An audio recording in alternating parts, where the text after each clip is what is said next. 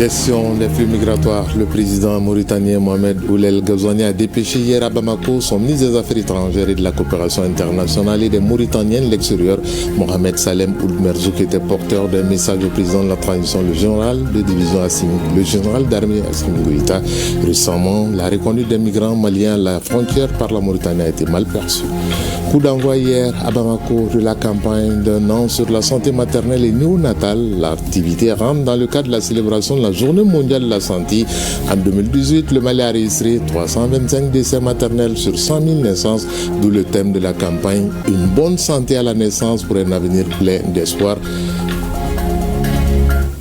Mesdames et messieurs, bonjour et bienvenue aux informations. Tout d'abord, rendons-nous sur les hauteurs de la colline de Koulouba au palais présidentiel. Là-bas, le président de la transition, le général d'armée Assimi Goïta, a reçu hier en audience Mohamed Salem Ould Merzouk, le ministre mauritanien des Affaires étrangères, de la coopération internationale et des Mauritaniens de l'extérieur.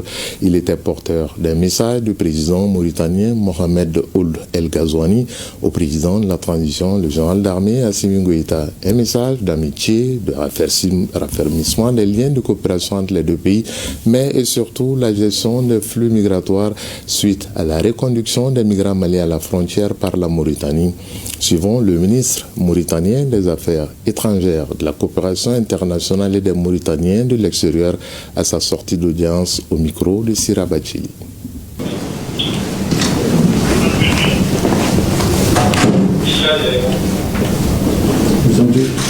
J'ai transmis un message de son frère et ami, son excellence Mohamed Ould El Ghazouani.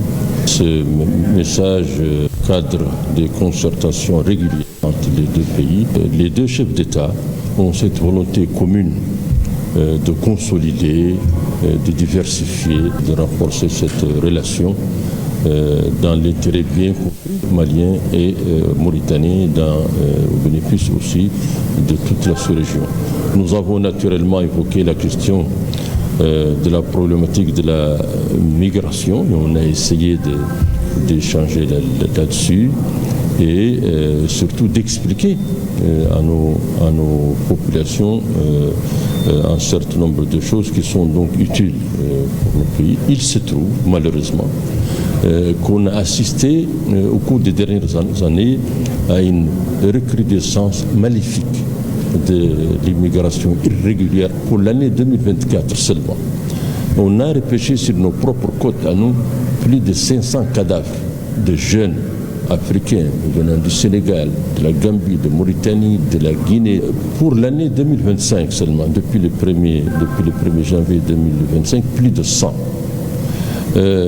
Doit-on laisser les réseaux de trafiquants lancer notre jeunesse sur la route de la mort? Non, on doit lutter contre ces réseaux de trafiquants de personnes, mais ensemble. Et comme l'a dit le président de la transition, chef de l'État du Mali, cela passe par la coordination et l'anticipation. On doit désormais faire en sorte, parce que c'est une responsabilité commune de lutter contre ces réseaux de trafiquants de personnes. Il est au service des bons rapports entre nos pays qui ont toujours entretenu d'excellents rapports à travers ces migrations traditionnelles qui sont donc connues, ordonnées. Et ce que nous sommes en train de faire sert la migration, une migration régulière, une migration sûre et une migration ordonnée, mais pas ouvrir la porte.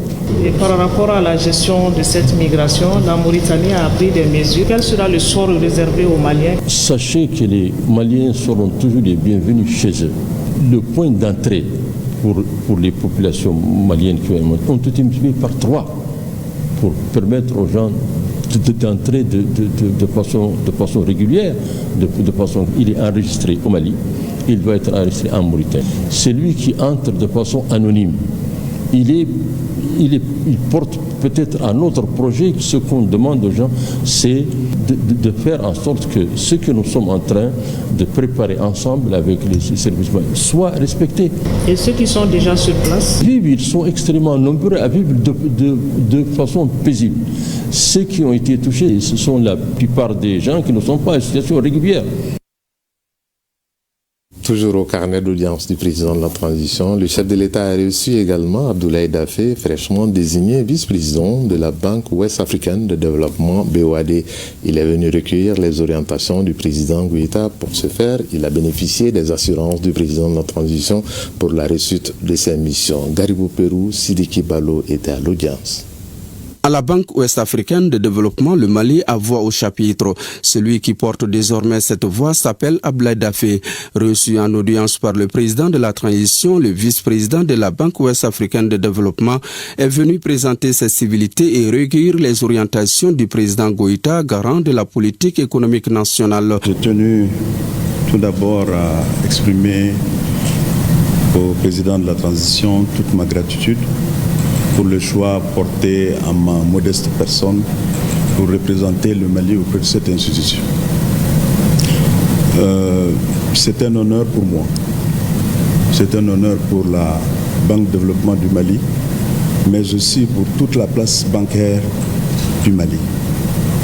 Le président a tenu à me féliciter, à m'encourager à aller dans le sens qu'il faudrait pour que la banque soit beaucoup plus présente au sein de cette institution, qu'elle soit présente dans sa vision, qu'elle soit présente dans ses actes de tous les jours.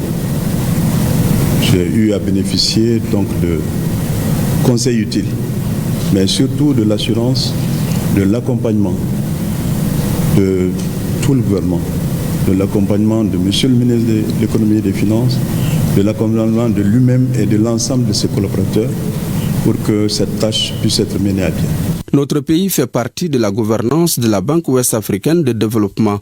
À ce titre, le vice-président s'est fait déjà une idée des priorités de développement national, les projets structurants, mais aussi les attentes du gouvernement en matière d'accompagnement stratégique. Lorsque vous assurez la vice-présidence, vous faites partie de la gouvernance de la structure. Donc c'est la gouvernance de la structure qui va définir sa vision, qui va définir son mode opératoire pour les périodes à venir. Il s'agira pour nous, faisant partie de cette structure, d'apporter notre contribution. Naturellement, en ayant à l'esprit ce qui est bien pour nous, ce qui est bien pour l'établissement. Mais naturellement, en tant que Malien, partout où on se trouve, lorsqu'il s'agit du Mali, on ne peut que se battre pour que son développement soit financé. À titre personnel et au regard de mon passé dans le secteur bancaire, notamment national, je pense que c'est mon bréviaire. Bréviaire, les conseils et orientations du président Goïta sont source d'inspiration pour Abdoulaye Daffé qui va servir la région depuis cette institution financière. C'est le début d'une nouvelle collaboration entre le Mali et la BOAD sous le signe de la confiance pour un développement durable. Et d'une institution à une autre, de Koulouba, direction le Haut Conseil des collectivités pour mieux prendre en compte la gestion du climat. L'institution, en collaboration avec le PNUD, organise un atelier de haut niveau sur le thème paix, sécurité, climat. Il s'agit d'identifier le rôle et les responsabilités des collectivités territoriales pour réfléchir à des solutions locales inclusives, durables, pour minimiser les effets néfastes de l'instabilité climatique qui impacte négativement de nos jours la vie de nos communautés. Aridou Matina. Soucieux de ses attributions, notamment la politique de développement local, régional, la protection de l'environnement pour l'amélioration de la qualité de vie des citoyens, le Haut Conseil des collectivités, en partenariat avec le PNUD, mène la réflexion sur les enjeux climatiques à travers la thématique climat, paix, sécurité, rôle et responsabilité des collectivités territoriales. Les impacts du changement climatique se font de plus en plus ressentir par les collectivités vulnérables. C'est dans ce cadre que le PNUD a toujours accompagné les efforts du gouvernement du Mali pour favoriser la résilience de ces communautés à la base afin qu'elles contribuent au développement socio-économique de leur propre pays. C'est une démarche qui mérite d'être saluée et que le Royaume-Uni a soutenu le partenariat avec le PNUD. L'engagement du Royaume-Uni s'est traduit également par des actions concrètes sur le terrain. Les sécheresses prolongées, les précipitations irrégulières, la dégradation des terres agricoles constituent de nos jours des défis majeurs, surtout pour les États du Liptako gourmand. La sécurité climatique représente un problème transfrontalier qui va au-delà des capacités de réponse épars des pays et requiert une synergie d'action efficace et efficience. Au Mali, les activités agricoles sont de plus en plus menacées par l'instabilité climatique, mettant à rude épreuve la cohésion sociale. C'est pourquoi le département en charge de l'environnement et les collectivités territoriales, en tant qu'acteurs de proximité et de gouvernance locale régionale, trouvent opportun le cadre de réflexion. Face à la complexité des défis, les collectivités ne doivent plus être de simples bénéficiaires, mais de véritables actrices de la résilience et de la paix durable. Le ministère de l'Environnement, de l'Assainissement et du Développement durable réaffirme son engagement à accompagner les collectivités, à porter leurs préoccupations au niveau national et à mobiliser les partenaires pour des réponses concrètes et adaptées. L'analyse des objectifs de cet atelier montre que les changements climatiques concernent tous les axes de développement politique et socio-économique de la région du Liptako-Gourma, dont la question des paix est d'une grande importance. Il s'agira d'identifier les mécanismes de renforcement des capacités des collectivités territoriales en matière de gestion des risques climatiques pour une meilleure mise en œuvre des stratégies de résilience. L'atelier de formation et de sensibilisation de 2 jours se déroule sous forme de panels et porte sur plusieurs thématiques en vue de cerner les interrelations entre climat, paix et sécurité et identifier le rôle et les responsabilités des collectivités territoriales dans la prévention et la gestion des conflits locaux. Parlons à présent de l'autorité de protection des données à caractère personnel qui a 10 ans. Et 10 ans, ça se fête. C'est pourquoi l'autorité a tenu un panel de haut niveau sur les acquis, défis et perspectives de la gouvernance des données à caractère personnel. Occasion pour les experts de se pencher sur les enjeux de la gestion des données, un défi de souveraineté. Bemba Sibi pour les détails. E-learning, e-commerce, e-banking, le e ou électronique connaît une croissance rapide et continue représentant une part importante de l'activité mondiale. Une activité qui s'appuie sur la collecte et le traitement de millions de données à caractère personnel. C'est pourquoi l'autorité de protection des données à caractère personnel du Mali, dans le cadre de la célébration de ses 10 ans, soumet la question de la gouvernance de ces données aux experts africains. On peut également utiliser les données pour attaquer tout un pays au-delà même des cybercriminels. On peut bloquer tous les systèmes d'un pays à travers donc le numérique. Et également, c'est hautement stratégique que les données personnelles des citoyens soient en tout cas protégées. Ceci est d'autant plus important quand on sait que l'utilisation des données à caractère personnel n'a pas de frontières. Il est vrai que la plupart des pays africains disposent d'institutions de protection des données à caractère personnel. Le défi actuel est une synergie d'action au niveau continental.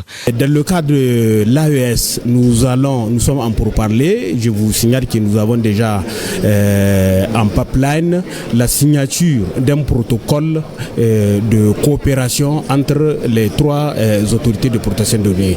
Au niveau international, dans le cadre du fameux réseau, nous entendons faire entendre la voix des Africains. La mutualisation des ressources par les pays africains constitue, à mon avis, la meilleure forme de résilience et un réel facteur de progrès. Entre l'urgence de sécuriser les données, où qu'elles soient, et l'ambition de gagner en souveraineté numérique, les États africains doivent, semble-t-il, agir en urgence. Cette activité intervient dans un contexte particulier où notre pays s'est engagé dans un vaste programme de digitalisation. Un programme de digitalisation voulu par le président de la transition. Sa concrétisation va augmenter de manière substantielle la quantité de données collectées, d'où la nécessité d'une maîtrise de la gouvernance de ces informations. Ce panel de haut niveau qui marque la fin des activités des 10 ans de l'APDP a permis aux experts de passer en revue tous les contours de la gouvernance des données à caractère personnel. Et de nos jours, les données sont très utilisées dans la santé pour avoir des statistiques sûres et fiables. Et en 2018, selon l'enquête démographique de santé du Mali, le Mali a enregistré 325 décès sur 100 000 naissances. Et pour inverser la tendance, le ministère en charge de la Santé a lancé hier la campagne d'1 an sur la santé maternelle et néonatale avec comme thème une bonne santé à la naissance pour un avenir plein d'espoir. Le lancement de la campagne a eu lieu à la clinique périnatale Mohamed V de Bamako dans le cadre de la Journée mondiale de la santé. Awaditma Kamara nous en parle. Vous contribuerez à assurer que les accouchements en milieu rural soient assistés au moins par un personnel de santé qualifié. Le Mali et ses partenaires se mobilisent pour sensibiliser sur l'importance de la santé pour tous et mettent notamment en lumière les défis liés à la mortalité néonatale et infantile dans le pays. Les chiffres font froid dans le dos. Selon les statistiques révélées de l'EDS 2018, on retient 325 décès maternels pour 100 000 naissances vivantes et le taux de mortalité infantile est de 52 pour 1000. Ces chiffres soulignent l'urgence d'intensifier le plaidoyer en faveur d'investissements permettant d'améliorer la santé de la mère et de l'enfant. C'est pourquoi le thème de cette édition est une bonne santé à la naissance pour un avenir plein d'espoir. Les décès maternels et néonatales restent un sujet de préoccupation majeure en dépit des progrès réalisés ces dernières années par les pays de la région africaine de l'OMS. Toutes les 7 secondes, quelque part dans le monde, une femme ou un enfant décède des causes que l'on aurait pu éviter. Près de 300 000 femmes perdent la vie chaque année à la suite de complications liées à la grossesse ou à l'accouchement. C'est donc parti pour une année de campagne d'information et de sensibilisation de la population sur les bons gestes à adopter pour prévenir les décès néonataux et infantiles. C'est la raison pour laquelle des programmes de santé maternelle et infantile sont mis en place, des formations dispensées aux professionnels de la santé avec le soutien des partenaires. Des initiatives dirigées par le gouvernement et bénéficiant de l'accompagnement de l'OMS et des partenaires au développement sanitaire ont permis de réaliser des progrès considérables en termes de modernisation des infrastructures, de formation du personnel qualifié et de l'accès aux soins de santé maternelle et néonatale. Il y a cependant de l'espoir. À titre d'exemple, le Mali a réussi à réduire de près de moitié et au cours des 25 dernières années les décès liés à la maternité. Au regard de ces indicateurs, nous retenons que la mortalité maternelle et infantile demeure un problème de santé publique malgré les progrès réalisés dans certains domaines. C'est dans ce contexte que le ministère de la Santé et du Développement social, en collaboration avec l'OMS, organise cette journée mondiale afin de permettre à chaque enfant de naître en bonne santé et de grandir sous l'ombre de sa maman. Les autorités ne pouvaient trouver meilleur endroit que la polyclinique périnatale Mohamed V. Ce lieu symbolique a été choisi pour souligner l'importance de la santé maternelle et infantile dans notre pays et pour mettre en lumière les efforts déployés pour réduire la mortalité néonatale et infantile. La structure qui nous accueille aujourd'hui est un établissement public hospitalier de 3e référence spécialisé pour la santé de la mère, du nouveau-né et de l'enfant. Elle est dotée d'un plateau technique moderne et joue un rôle stratégique dans la réduction de la mortalité maternelle et néonatale dans notre pays. C'est des installations de dernière génération. Mais ce qui m'a émerveillé, c'était la première fois de voir avec les personnels soignants expliquer les installations modernes. Nous demandons à ceux qui interviennent dans le secteur de la santé néonatale de venir faire un tour au niveau de cette polyclinique. Et déjà, l'espoir renaît afin qu'aucune femme ne décède en donnant la vie. Cet engagement des autorités de la transition et leurs partenaires que sont l'UNICEF et l'OMS s'est traduit par la remise d'équipements de réanimation pour la mère et l'enfant ainsi que des tables gynécologiques à certains districts sanitaires.